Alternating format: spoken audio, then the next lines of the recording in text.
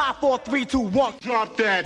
Welcome to the Test Guild Automation Podcast. We're all getting together to learn more about software testing and automation with your host, Joe Colantonio. Here it is, here it is, here it is. Hey, it's Joe, and welcome to another episode of the Test Guild Automation Podcast.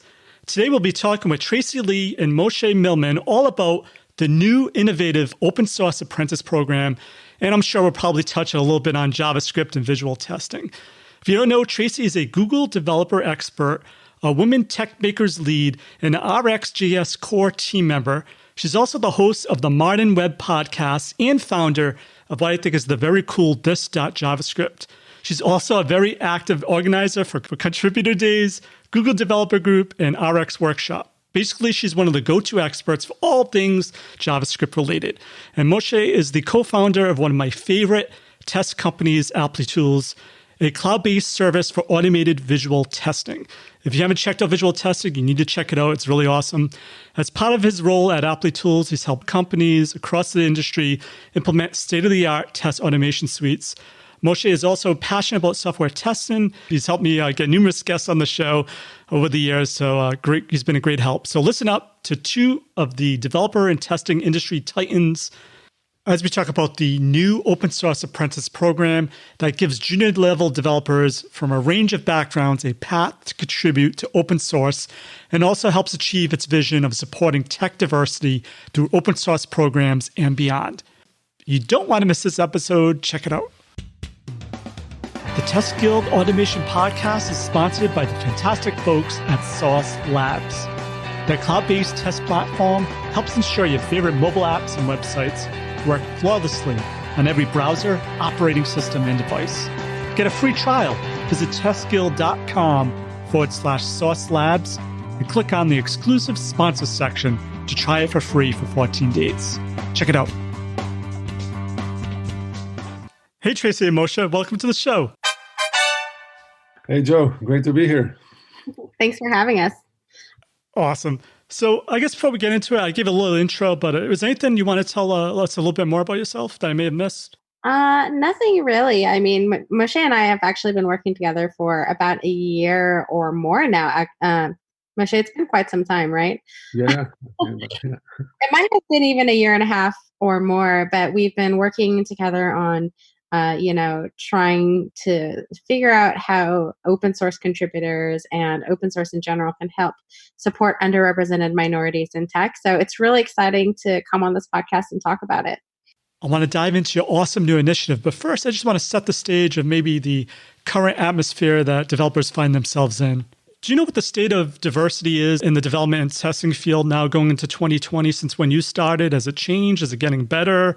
Or are there different challenges that you see people struggling with now that you didn't have earlier in maybe your career? I think it's definitely getting a lot better. I think when I started, there were definitely women in tech. And this was, maybe a few years ago.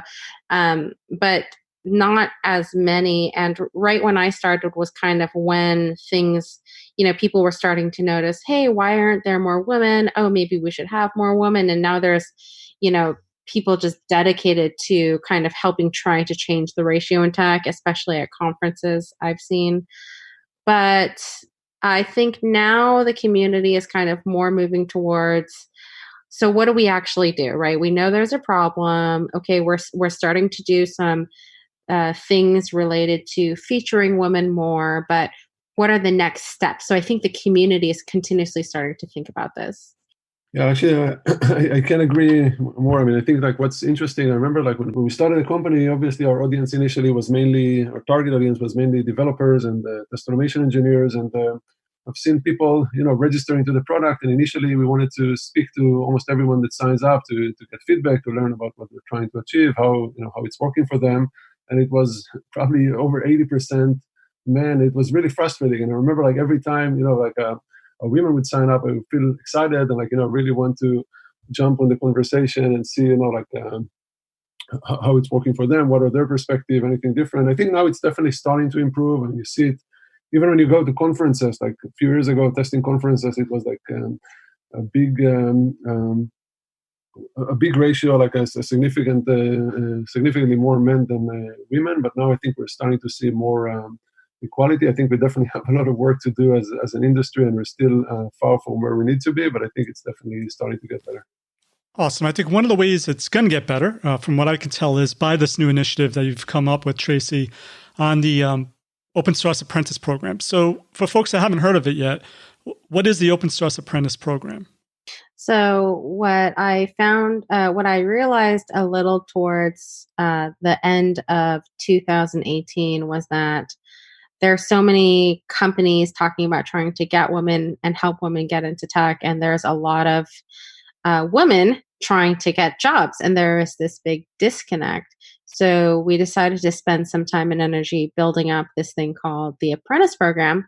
And Moshe and Applitools was, one of the first people to basically buy into this idea and say, okay, we're going to try to do this. So the whole idea of the Apprentice program is to actually give women their first opportunity or first job and pay them for it. I think this is especially as we see diverse candidates coming into the field, they're typically coming from non-traditional backgrounds and from boot camps. So typically this is their second career jump. And, as you're not a fresh grad, right, it's really difficult to get that first opportunity. So we've been really happy with this program to be able to, shepherd women through this program, provide them with a mentor to be able to actually make their first contribution into open source. And specifically, we've been working with Applitools to help women integrate visual testing into open source projects. So, great examples are, we've done it for NGRX, which is one of the largest, most popular libraries in Angular. Also RxJS, which has, I can't remember if it's 20 million downloads a week or a month now. So those have been some really big, large projects. Lona by Airbnb, Preact Material Components, NGX Bootstrap. To date, we've helped and worked with about 13 apprentices and done contributions to over 20 open source projects. So it's kind of a nice benefit because it's also, we're adding visual testing to open source, which I think is really important too. So I feel like everybody wins. Awesome. So it's not just visual testing, though. It just happens to be Applitools is one of the first people to contribute. And how does it work, Moshe? You hire someone to contribute to different open source projects, and you monitor them and shepherd them along that process? Yes, actually, Tracy deserves all the credit here. But I think when I met Tracy and she told me about this initiative, it actually came at a perfect timing, because at that time we were looking at contributing more to open source projects and getting more open source projects to use Applitools for many reasons. I mean, one, we always like to support the community, and the other thing, we also wanted to spread the word about open source, and open source projects are always in the edge of innovation and using the latest technologies and doing really cool stuff. So getting their feedback as they use it at scale is always very helpful and beneficial. And we're trying to think about ways to make it happen. Open source contributors are always busy. Usually it's not their full-time job. They have another day job, and they do it during their nights and weekends. So trying to think, how can we help these projects get open source, get testing coverage, get visual testing coverage to these projects. And when Tracy was telling me about this idea, I mean, it seemed like like a win for everybody. I mean, it's a great way to get these apprentices to get into tech and mentor them. So the way it actually works, I mean, Tracy is finding these people that are like the apprentices that are relevant. We have a mentor again from This Dots that is helping them and giving them guidelines how to get started, reviewing their code, training them on the job. And open source projects that are interested in getting these contributions, I mean, we're working with them to add it to their pipeline. And that's kind of like at a high level. I mean, Tracy might be able to share a little bit more color around it. Yeah, I think, as like this actually wouldn't be possible if Applitools didn't actually pay for it. So thank you. But, it's hard, right? Like this type of work is definitely super difficult. But, one of the reasons why we started this program is because I think open source maintainers, care about helping underrepresented minorities. And they are constantly trying to figure out how they can do it, right? But I think a lot of people out there within the tech community who want to help just don't know how, because there is not a concrete way for them to do so. So by doing this and saying, hey, if you like the idea of visual testing, we can add it to your library. And by the way, it's going to be a woman in tech doing it. And if you're just nice to them and shepherd them through the process, it's a very concrete way for open source maintainers who really, really care about this to actually do something in a way that, is not, just sitting there going like, okay, I'm ready. What do I do? Like, somebody tell me what to do. So that's been quite awesome in my opinion. And we've seen a lot of maintainers be really, really excited, and a lot of relationships being built between the maintainers and the apprentices, which they'll have forever. Yeah, and I think one of the beautiful things about it, which really, got me excited, is like we actually saw some of these apprentices actually getting jobs based on that experience. I think this is, this is the ultimate goal of this whole thing, and this, I'm sure Tracy feels great about it too. But I think this is an awesome achievement. It's hard. I think being a woman in tech and getting your, just making generalizations, right? Like if you're transitioning into a second career, you have, you probably have more responsibilities in your life because you're a little bit older, and you're probably used to getting paid, more money than you would as a junior developer typically, not always the case, but sometimes. And, it's very hard to make that transition. And again, there's this sort of stigma, which I think is starting to change within companies. Companies are starting to realize that if they want diverse pipelines, they do have to look at boot camps and take these into consideration. But it's, it's like we're still a few years out, I think, of solving the problem. So Moshe, just curious to know why you felt like it's important to contribute to more open source initiatives. Yeah, for sure. So, I think first, open source is now powering a lot of the technology in the world. So I think open source is extremely important and bringing benefits to the greater good of everyone.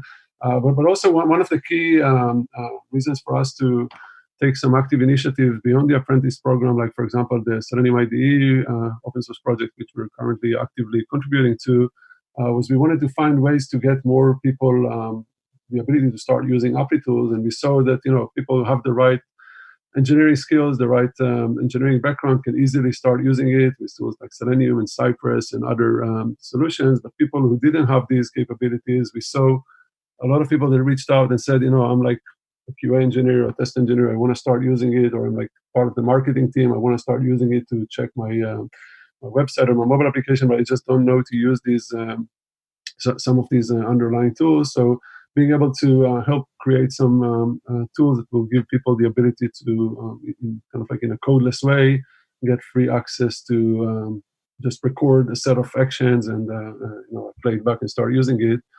So that's kind of like another reason for contributing to open source, which also kind of benefits us and also benefits the community. All right, so I'm still trying to understand. So basically, it's an apprenticeship. You give them real-world experience working on an open source project. And by doing that, then, even if they went to a boot camp or had a degree, and then companies are more interested in these candidates because not only do they have maybe some training, but they also have hands-on, real-world, like a portfolio that they could point to. Is that how it works? Do you actually match them with potential employers as well? We don't hook them up with employers, but that is the biggest problem with bootcamp grads. They go through the bootcamp and nobody will give them their first tech opportunity, right? Like they'll have side projects, they'll have different things like that, but they don't have anything concrete within their portfolio where a company will say, okay, I'll hire you because you have experience. So we're giving them that first opportunity. Cool. So you said 13 so far have gone through the program. Do you have any success stories or what you see as maybe ways that people can be successful when they enter in your apprentice program? Well, to enter the apprentice program, you actually have to go through, a test process. So we put you through a code review to make sure that you have the skills necessary, and then we pair you up with a mentor. In terms of success, I think being able to do your first PR is, well, you've already gone through the code test, so we already believe that you can do it, right? You've already kind of proved yourself on the technical level. But we've seen quite a few apprentices go off and get positions because of it, right? And I think that is really cool. I remember there was this one apprentice, and I'll leave names out of it, but she was just so thankful. She had been working so hard to get anything, and she was about to give up. She was about to drop out of tech, and finally, we gave her the opportunity, and she was able to then go on and get a real job in tech, which was really cool, right? Like that type of stuff is why we do it, to help these women get positions and get started. So Moshe, do you have maybe suggestions to other companies that want to get involved, how you were able to be successful contributing to this program? Yeah, I think the key is if in the company they have some initiatives around diversity and initiatives around open source contribution, they would like more open source projects to get involved in using their technology and get feedback from them, get them to use the product at scale. It's very easy to get started. I mean, you just identify some open source projects which seems like could benefit from your product or your technology, and then I think Tracy pretty much takes care of everything else. So, and again, from our perspective, it's it's not a significant investment. It's just kind of like an investment which we feel brings a lot of benefits, to this very important cause, and it also brings us benefits which are also significant. So I think it's definitely. I mean, I'm pretty sure that any company that will do it will enjoy these benefits, and it's an investment that will be beneficial for everyone. So Tracy, along lessons learned as well, is there anything you've seen your apprentices struggle with that they had in common that you think if people knew more about, maybe they'd be able to accelerate their introduction to the tech industry? I think the biggest thing that boot camps tend to not teach you is the project management or how to use Git or Jira, those types of things. And so that's like, I think it's like working within teams, right? Like that is the biggest struggle I see when people first get started in tech. That again, they might have the technical skills to be a junior developer, but then they get a little bit lost from just like an organizational standpoint of how to work in this sort of new development lifestyle / workplace. So Moshe, you're part of a growing company. You've been really exploding. So you have experience also with hiring at a mass scale. Curious to know, as a company, how do you ensure that you're hiring more women, that you have a process in place that you're not overlooking certain populations because of oversight or whatever reason is? How do you tighten up your hiring process to make sure you're including the largest net possible to get the best qualified people possible? It's very difficult, and it's a big challenge, and it's not just about thinking about it and speaking about it. You actually have to proactively do things to make it happen, and we're still not doing enough, and we're still not doing great with regards to diversity, especially on the engineering side. I think we still have a long way to go and to improve, but we have some awesome people that are focusing a lot about it. We have an HR leader in our Tel Aviv office, which is doing a lot of events. I mean, she's very active doing meetups for women in tech and bringing all of our engineering leaders to speak about it, to teach, boot camps, to mentor people about interview questions and help them get prepared for interviews, help them build their first project. So, it's a work in progress that continues all the time, and we're trying to do a lot to make it happen, but it's not easy, and I can't say that we cracked it or solved it. I mean, I think more and more companies are now trying to do it, so it helps to bring more relevant people into the pipeline or into the funnel, but there's still a lot of work that needs to be done. I think there's actually some good examples lately that, if like larger companies that have done this. I know Salesforce had this equal pay initiative that they did, and they ended up trying to figure out whether there was pay gaps between genders, and they ended up spending over $6 million 1 year on trying to fix that.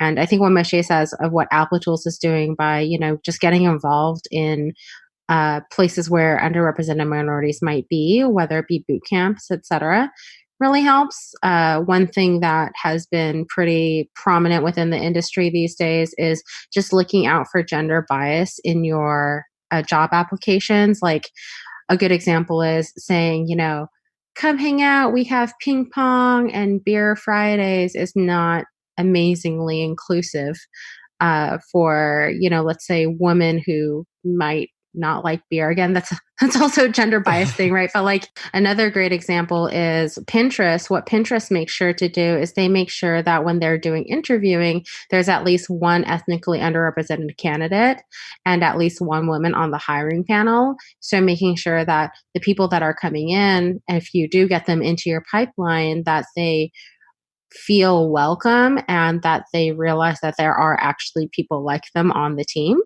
I think that's also a very important thing. I know when a lot of companies are actually going through the hiring process, right, there's also this implicit bias that happens. And so with implicit bias, it's really difficult because we all have it, which is why we just need to recognize we have it and really take that into consideration when we're actually interviewing underrepresented minorities. Absolutely. So Moshe, does Applitools have anything in place similar to that?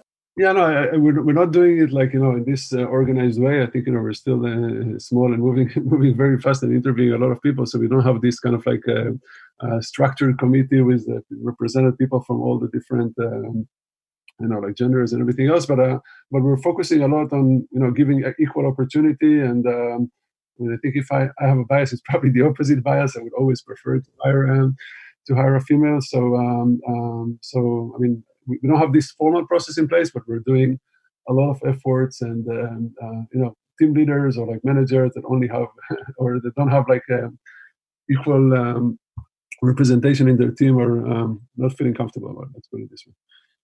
I personally also really like it because I see leaders like Angie who are on the Applitools team, and she's just like such a strong female presence in tech, which I love.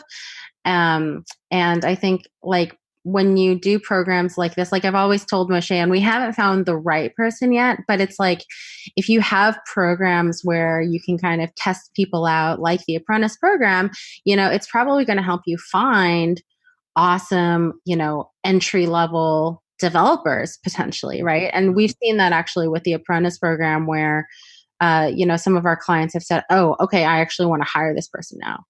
So that's been really cool to see. Yeah, and by the way, I also wanted to mention Angie. I think she's doing an amazing job. And when speaking about diversity, like part of it is like getting into tech and getting the first role in tech and engineering. But I think another important part is also progressing your career, speaking at conferences, getting to leadership positions. And I think Angie is doing an amazing job mentoring a lot of people, helping them progress, helping them get accepted to do public speaking, speak at conferences, mentor them through the process of doing their first talk. And, getting your name out there helps a lot. And speaking at events, it just makes a big difference and helps progress the career. So it's not just about getting people to get into the first job. It's also about progressing from that point and advancing the career. Yeah, I think it's a great example too of empowering people to know that women aren't just for beginner programmers. They're also hardcore developers, and they're in leadership. They're in leadership positions, and they're well seen within the industry. So you promoting that actually has maybe a trickle down effect that people see people in power that look like them or are women like them, and they know that there's a path for them hopefully going forward. Yeah.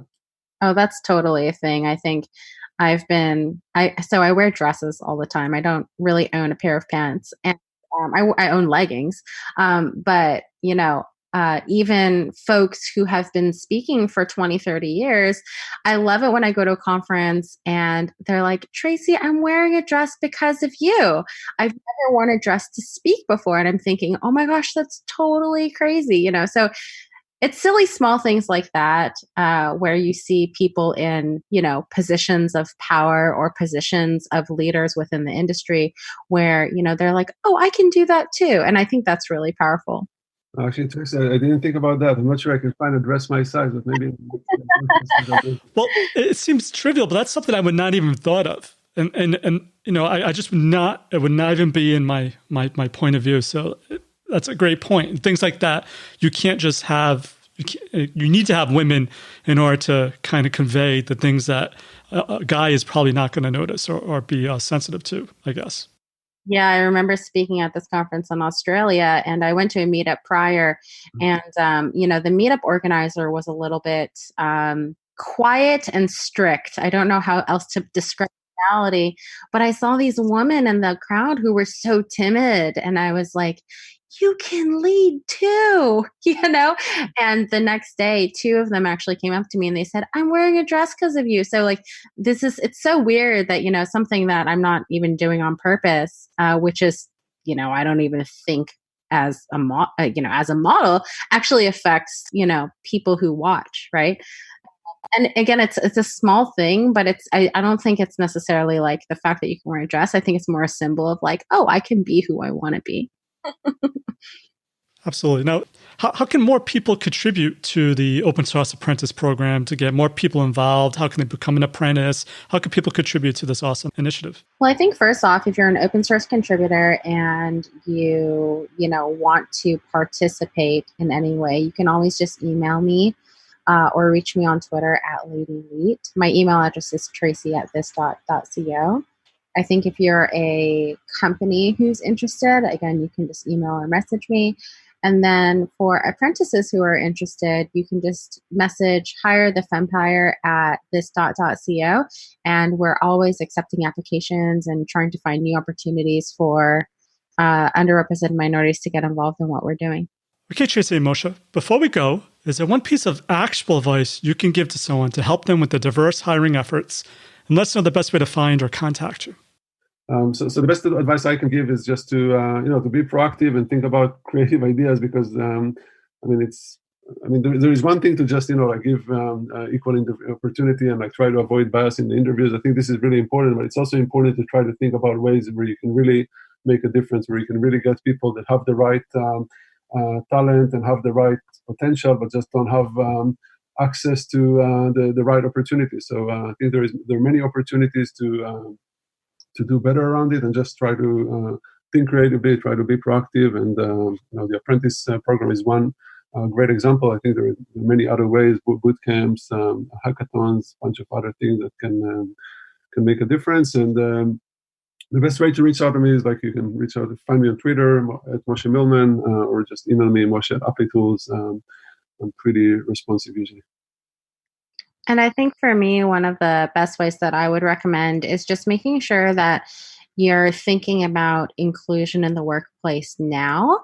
So thinking about, who you are as a company, and maybe having somebody come in who maybe is more from a diverse background, and or talking to the people who are diverse within your organization and asking them what can be done that could be better. Because, it's one thing to hire somebody and say, hey, I want to hire, somebody in tech that's underrepresented.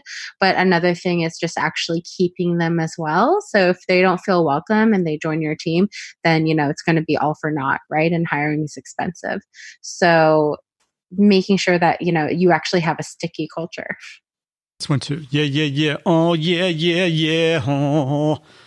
Thank you, Tracy and Moshe, for your audit. Thank you, Tracy and Moshe, for your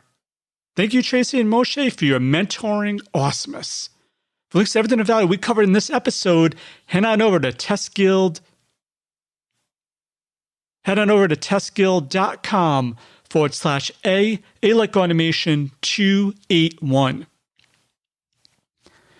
And while you're there, make sure to click on the Try It for Free Today link under the exclusive sponsor section to learn all about Sauce Lab's awesome products and services.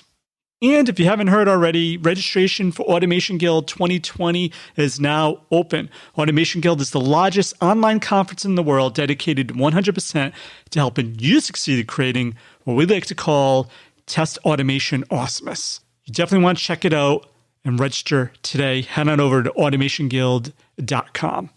So that's it for this episode of the Test Guild Automation Podcast. I'm Joe, and my mission is to help you succeed with creating end-to-end, full-stack automation awesomeness. As always, test everything and keep the good. Cheers. Thanks for listening to the Test Guild Automation Podcast. Head on over to testguild.com for full show notes, amazing blog articles, and online testing conferences. Make sure to subscribe to join the guild and continue your testing journey. This has been a Joe Colantonio production.